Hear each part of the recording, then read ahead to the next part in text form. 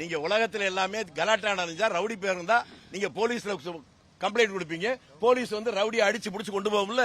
Police என்ன சொல்லுதுன்னா குண்டர்கள்லாம் உள்ள உங்க அடிக்க போறாங்க, கூட்டம் போடாதீங்க. இந்தியாவிலே பாதுகாப்பான மாநிலம் தமிழ்நாடு தான், நம்புங்க. இந்த நாட்டுல எவனுமே அடிமை இருக்கக்கூடாதுன்னு போராடின கட்சி இந்த கட்சி. எவனுக்கு அடிமையா இருக்காது.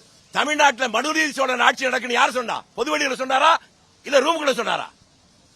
தமிழ்நாட்டில் காமராஜ் ஆட்சி நடக்கு சொன்ன அயோக்கியன் யாரு? அவன் பொதுவெளியில சொன்னானா தனியில சொன்னானா? எங்களுக்கு உத்தரவிட எவனாலும் முடியாது. நான் தான் சொன்னேன், காங்கிரஸ் சுதந்திர சிந்தனையாளர் கூடாரம். மகாத்மா காந்தி தெய்வ நிலையில் இருக்கிற போது கூட இதே தமிழ்நாட்டில் இருந்த நம்முடைய தலைவர் காமராஜ் தொண்டராக அவர் பேசுகிற போது நீ பேசியது தவறு என்று சொன்னது வரலாற்றில் இருக்குது. தேர்தல் நடக்கிற போது அவர் எடுத்த முடிவு அதுக்கு பின்னாலே வரலாற்றை பார்த்தால் தெரியும். காங்கிரஸ்காரன் என்பவன் அந்த காங்கிரஸ் கட்சியை தெரிந்து புரிந்து உணர்ந்து கொள்கையை தெரிந்த எவனும் அப்படி பேச மாட்டான். அப்படி பேசுகிறவன் எவனும் காங்கிரஸ்காரனை இருக்க மாட்டான். உங்க மூலமான கேட்கிறேன், காமராஜரை பற்றி கேவலப்படுத்துகிற போது, காந்தியை பற்றி கேவலப்படுத்துகிற போது அதை பற்றி கேட்காமல் இதை பற்றி சொன்னால் அவருக்கும் காங்கிரசுக்கும் சம்பந்தம் இல்லை என்று அவரே அறிவித்துக் கொள்வதாக அர்த்தம்.